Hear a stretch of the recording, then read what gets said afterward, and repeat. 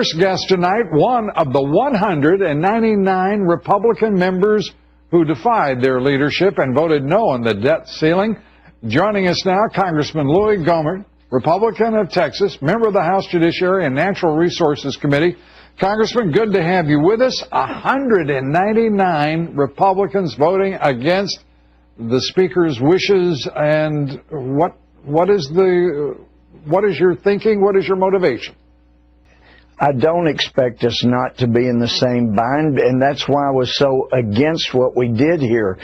If there's going to be a debt ceiling increase, we have got to put some things in there that fundamentally make our system better, where we don't have to keep doing this. And I argued for that. And Lou, what it reminded me of, it was in 2006 when our former Speaker, he was Speaker at the time, and our newly elected Majority Leader, Boehner, told us, you know, we had planned to reform. It's 2006. Yeah. We're going to reform the tax code, all those things we were going to do, all the good things we promised. But there's a tiny chance we might lose the majority in November of 06. In 2006, a Republican president, Congressman. Yes, you surely are not unaware of the fact that you are a majority in Lou, one listen to me.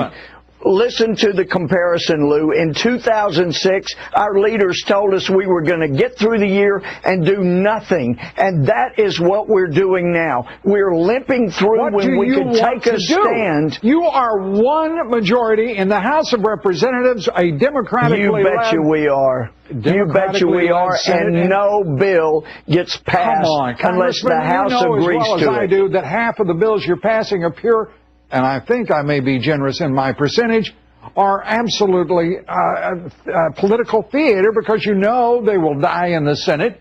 You know that a Democratic president will kill them. What do you expect to do when you are in the majority in one branch of government?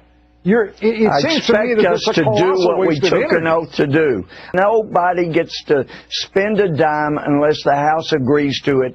That is leverage, that is power, and we can use it to save the country, but it's going to take courage, and it's going to take people who recognize... What happened to your courage last fall when you shut down the government?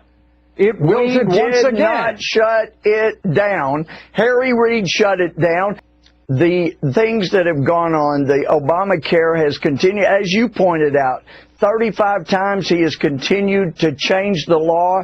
It's time to postpone this for rank-and-file Americans across the full country, not just businesses that were willing to lie and cater to them and sign the proper statement. And we could stand for the American people, and eventually, despite the mainstream press, eventually people will see when we stand up for Americans.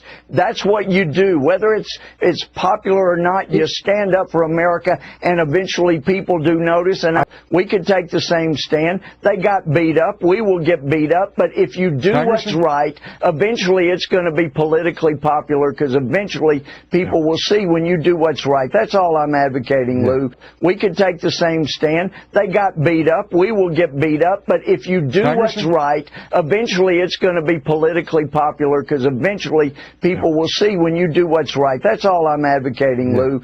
We could take the same stand. They got beat up. We will get beat up. But if you do what's right, eventually it's going to be politically popular, because eventually people will see when you do what's right. That's all I'm advocating, Lou.